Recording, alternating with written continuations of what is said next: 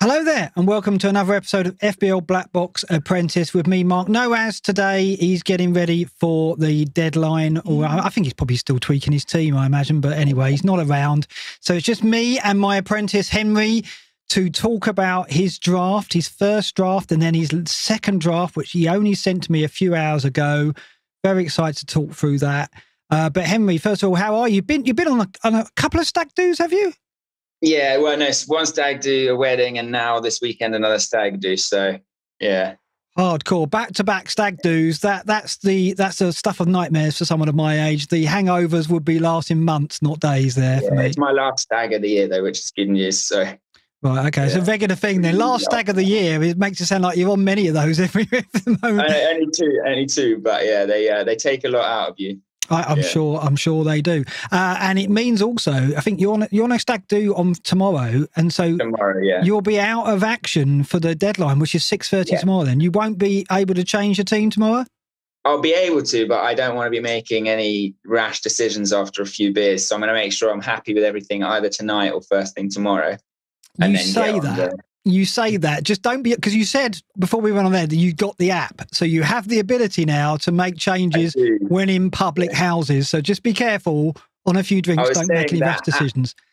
Downloading the app was a big decision because if it's on my laptop, it's kind of, siloed. Whereas now I've got it on my phone. Could it envelop my life? Could I be making like last minute decisions that are going to, make a mess of things? So it was a big call, but I went for it. I haven't used it yet. But I've got the option to, It's really funny, actually. I can't remember FPL without the app now. It's only been around for 4 or 5 years. Okay. And, of course, now I probably spend half of my FPL tinkering on the app and half on the desktop. I can't remember what it was like to just have to log into a computer to change a team because, obviously, it's with us all the time. So it is dangerous, definitely dangerous. And we'll see. Don't make any changes under the influence. That's for sure. I can definitely say that. Right. Let's have a look at your first team you sent me. And you sent me this 24 hours basically after coming on the first show with us, didn't you? So very quickly you turned this around.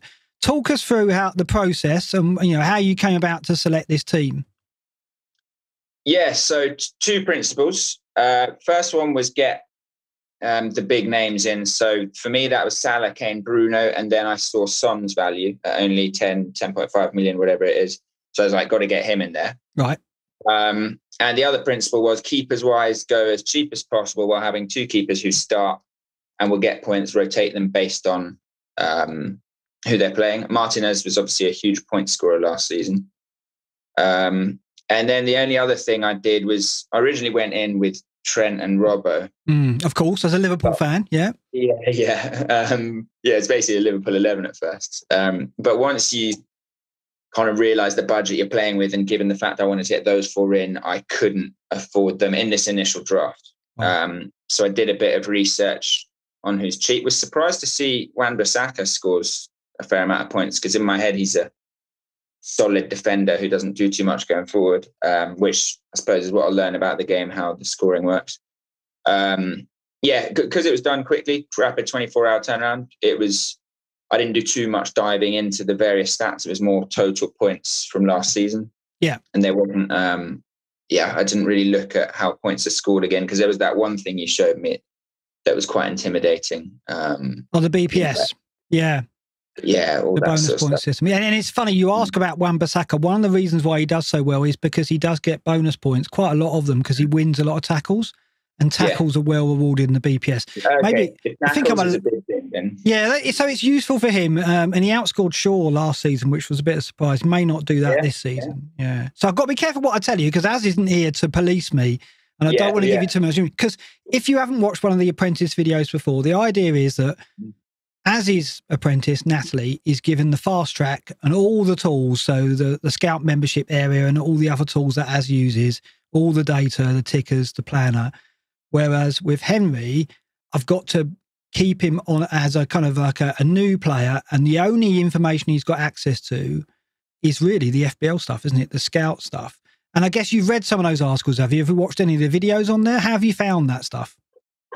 On FPL Scout? Yeah, on the site, yeah.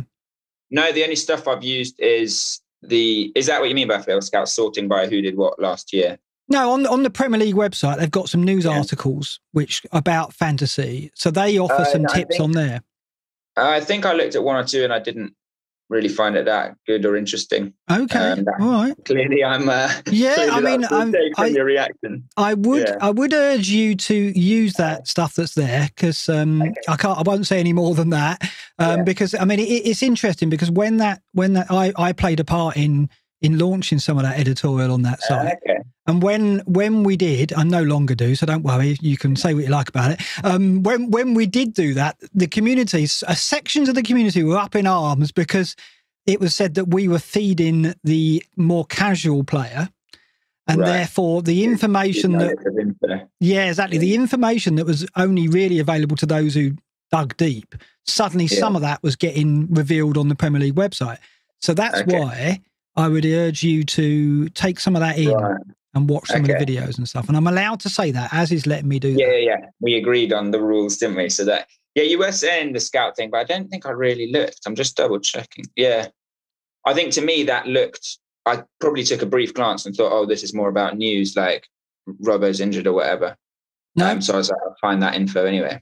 Okay. No, it's interesting because you'll see some of the names in the community that you'll run into later when we put you on Twitter. They contribute to the articles that go up on the Premier League website. So there is a certain amount of kind of more seasoned veteran players and their advice gets onto those pages. And that is really what the fuss was about. It's like, oh, why is suddenly this stuff getting pushed to the masses? And it makes the game harder for us. And maybe it does. So I want you to access that to see how much that helps you because it's quite an interesting kind of angle to this. So that's one thing. That's probably the only thing I can tell you to do is read a bit more of that and watch a few more videos. So presumably so far you haven't done that, which is quite interesting because obviously this team and the principles you used, there are lots of problems with this team, but this initial draft, But what's interesting is the principles were you picked the heavy hitters first. That was your first principle, right? Pick the big players. Started from the back. So Trent and Robbo and I can't remember. Then the big guys, midfield and up front. One thing probably interesting to note is I was quite surprised how poor the strikers are because most strikers are labelled as midfielders. So actually finding someone to partner Kane was, I thought, there's quite a few players I searched for in forwards and they weren't there. So I was like, oh, he's labelled as a midfielder as well. That's interesting. Hence why I went 3-5-2 because I was like, I'll pack the midfield with all the strikers basically. Big hitters. So you're referring to Son, Mane, and players like that, are you, in terms of the strikers and so on? Forwards for me, they're not midfielders. Yeah, again, this is what I mean. A new player coming to the game probably would be like surprised at that. So it's interesting that's the feedback there. Okay, so... But can I just clarify? When I sent it to you, I did say I don't think it's a good team and I'll come back to it. No, of course. And it was like really quick. And and I've got to admit, when Az saw it, he was like, oh, yeah, I'm very confident now. And I'm like, hold on. Emery's in his flip-flops at the moment. When he comes back, we'll sort it out. Don't get complacent yet. And so you've come up with a new draft, which you sent me today. So we've got that up on screen now. I obviously came up with multiple in the interim. This is just what it is now as it stands. Yeah. Okay, so let's talk through that. You've kept Martinez in goal, and you've got McCarthy on the bench. So you plan to rotate Martinez and McCarthy, right? That's the plan. McCarthy, I'm not really happy with because don't think Southampton will be great this season. But it wasn't my focus. I wasn't happy with the rest of the team. So I'll come back to that, probably not before tomorrow. I'll just start with Martinez away at Watford. It's no okay start. But yeah, that's the plan. The major changes here were Kane. I don't know what's happening there. Unlikely start. Obviously him not showing up for training, whatever the reasons were. So I just took him out. And the beautiful thing about that was, although you're taking out a great player, it gives you so much money to spend. So at first I was like, I'll chuck Mane in, thinking he'd be as expensive as Son, but actually he's 12.5 or whatever. So it's been quite a few changes. So I'm trying to remember. It was only the last minute because I was doing it mainly based on search this time rather than football knowledge. Players like Tony and Pookie don't show up. So it was only like last minute. I thought, why have I not got any Brentford players in there? Because I'm, a big fan of the stats side of football. Yeah. So why have I not got any Brentford players in there? Then obviously looked up Tony and remembered his amazing season last year. Pookie, 11 goals, I think it was in the season they were last up. But he started strong, so maybe he'll do that again. Yeah. And Mason Mount, great player, very cheap. Well, don't want to say great about a Chelsea player, but yeah, good player, very cheap. So have any of the prices really surprised you then? You mentioned there Mane and Son. Have you looked at any of the prices and thought, oh, that's miles off what I thought it would be? So, yeah, like I've said, Son, good value. Yeah. Mount, I think, is pretty harsh on him to be only 7.5 after the season he had. I'm surprised players like Tony come in so cheap. I understand it, but banging in, 30-something in the Championship, I think. Yeah, and then you get interesting ones like Dallas, really high point scorers, but still very cheap. Yeah. So, yeah, I think they're probably the big ones. Obviously, Bruno, Salah, Kane, all around the right thing. Ben White, I didn't have him in at first. Did I have him in my first team? Yeah, you did have him. When he just about to move then, I think he was, when you had him in that team. Yeah, he's in Brighton in that. I didn't realise. But I think I knew he was going to Arsenal at that point. But yeah, I was surprised he was in that cheap. And then, the late addition, Tsimikas, I was surprised he was in that cheap. Yeah. Again, didn't have him till late because he's not in when you're searching. So a shame to admit that as a Liverpool fan, but so you've been using last season's total points then as your main source of information, would you say? Yes, but this week I also used, I think it's called ICT Index. Yeah, okay. Yeah. So that one, I assume, I didn't really read about it, but I assume that's kind of maybe points per game or like overall. Well, I'm in a good position to tell you what that is. The ICT Index, what it does, it stands for influence, creativity and threat. And it basically takes some Opta stats and combines them into one number. So like threat is obviously like shots on goal, touches in the box and stuff like that. Creativity is key passes completed and stuff like that. And influence is all the other stuff like, tackles won, duels won and stuff like that. Stuff that go towards man of the match awards. Okay. So the three things combined are quite useful. Yeah, it drove a lot of my decisions. Right. And I probably should have researched it deeper than just thinking, oh, it's probably this. I think I did read that at first, but I assumed it meant kind of an overall package rather than, It kind of is. Here, Mark, I'm getting you worried now. I think what's useful is it's showing me what it's like as a new player approaching the game, because I've forgotten it. I'm sure a lot of the people watching this video have forgotten what it's like to come to the game new. And it's quite interesting. We kind of know as seasoned players that new players look at total points, because Dallas is a classic selection of a new player, because last season he was a defender. And so last season he got points for clean sheets, whereas this season he's a midfielder. So therefore he's not going to get those points. So although you look at his total points and think, oh, he's a good player to get, he's going to get reduced points because he's not going to get clean sheets. I still think he's a decent pick, but that is not a mistake, but it is a presumption that new players will make. That, Dallas has got 150 odd points last season, I'll get him in because he's 5.5. And and the experienced players know that that's a typical decision made by a new player. Mm-hmm. What they don't perhaps think is you would use the ICT index. That's going perhaps a little bit further, but that's what it's there for. It is there to make statistics a bit more palatable for new players. So if you look at ICT threat, for example, and you looked at defenders, that would list the defenders who are most likely to score goals. That's the idea. Mm-hmm. And if you did ICT creativity on defenders, they're the defenders most likely to get assists. So that's that's how you would use it. The overall ICT index score is kind of like, and how good is this player as a fantasy player kind of thing. Yeah, I did think it was quite correlated with points, which is why I thought it was a good thing to use. And I assumed it was more on a per game basis, but that I don't know where I got that from. I've just made that up. It is on a per game basis, but in the tables that you saw on the site, it adds it up for the entire season. So I was looking on the actual, there's a stats. Oh yeah, okay. Yeah, that's fine. And I think you can sort by game weeks within that as well. So I mean it's interesting you use that. And so looking at this team here, you got Trent in. Obviously that's important for you. I really didn't like taking Trent and Robbo out. Obviously, Robbo got injured.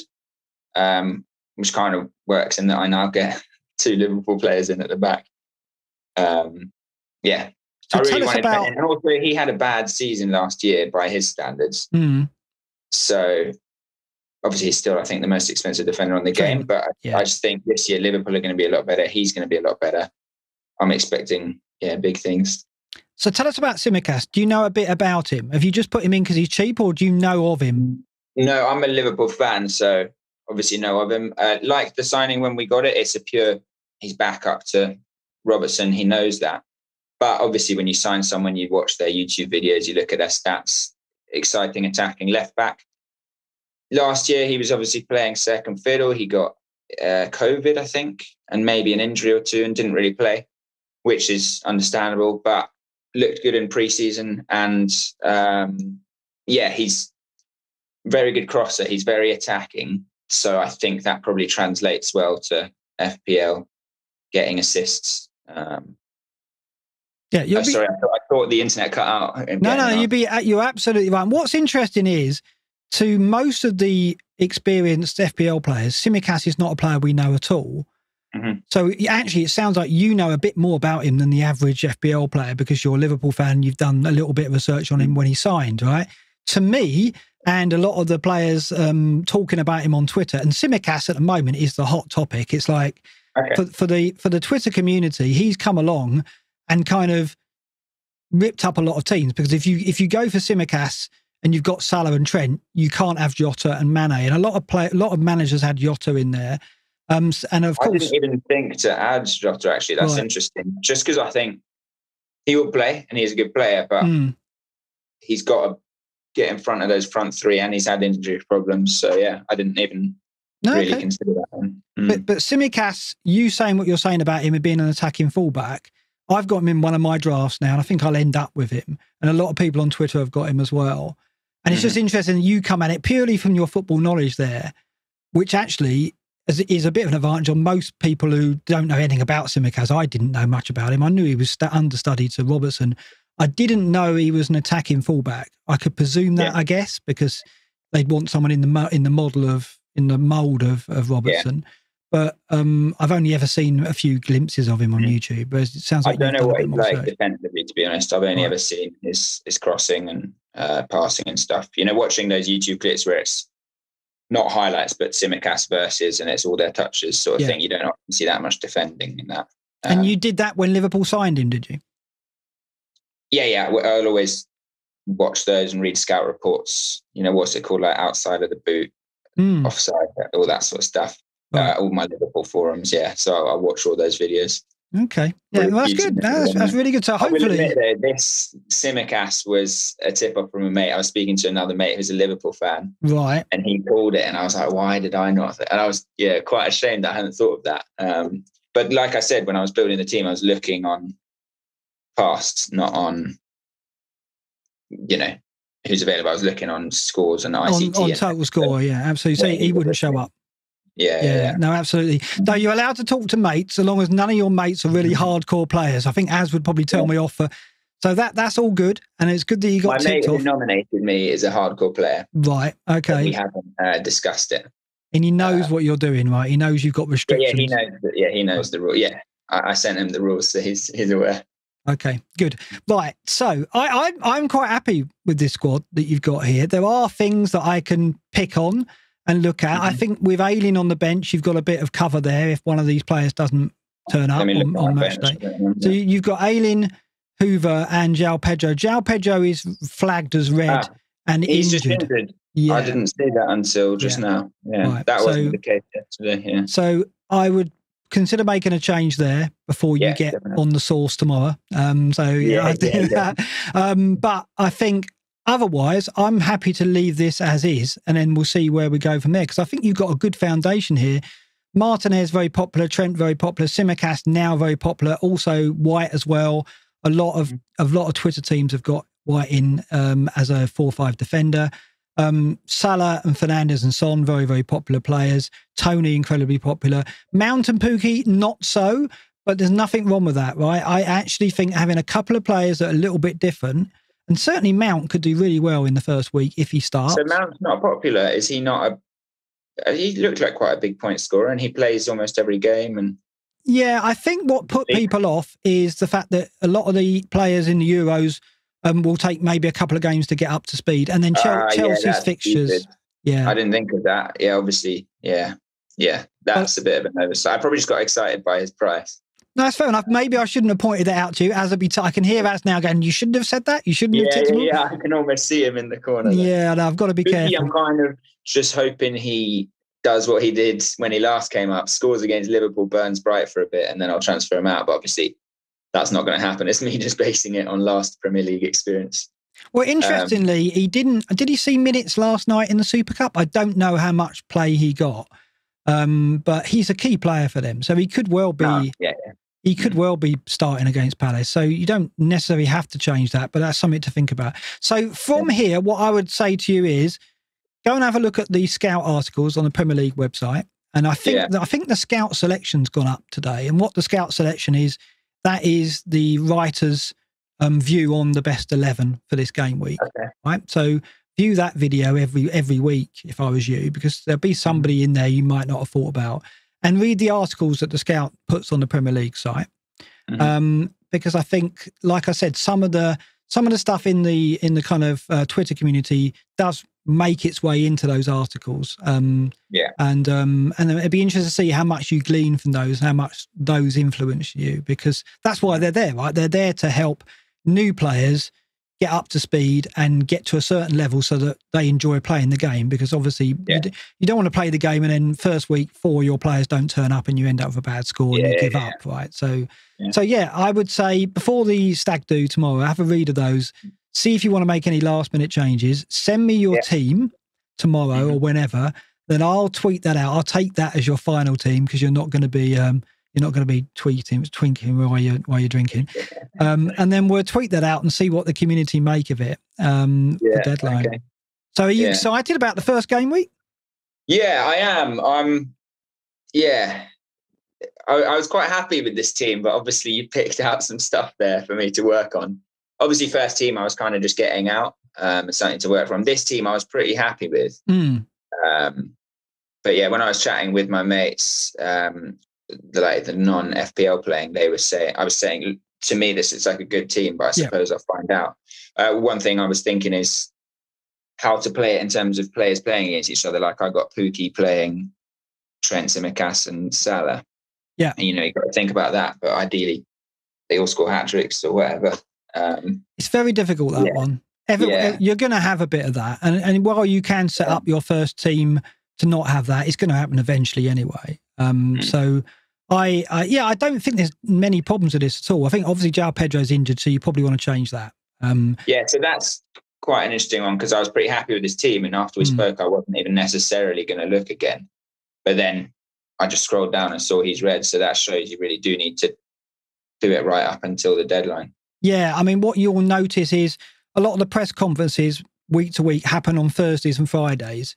So that is why logging in on a Friday to check whether there's flags on your players. It sounds like a tip, Mark. Well, not really. I think that's fair enough, because I think you'll see on the Premier League website they'll have a page about the press conferences, so you can glean that just by going on the website. Okay. I'm being really careful not to say anything that you couldn't pick up from general Sky Sports news and that kind of thing. It's subliminal messaging that you're going for. I know. It's so difficult. It's really, because it's like I said, I've forgotten what it's like to be a new player. So I don't know, what you're seeing that I'm not, right? You know what I mean? And it's not, and what extra stuff I'm bringing to you. So I've got to be really careful, but I'm going to leave it there.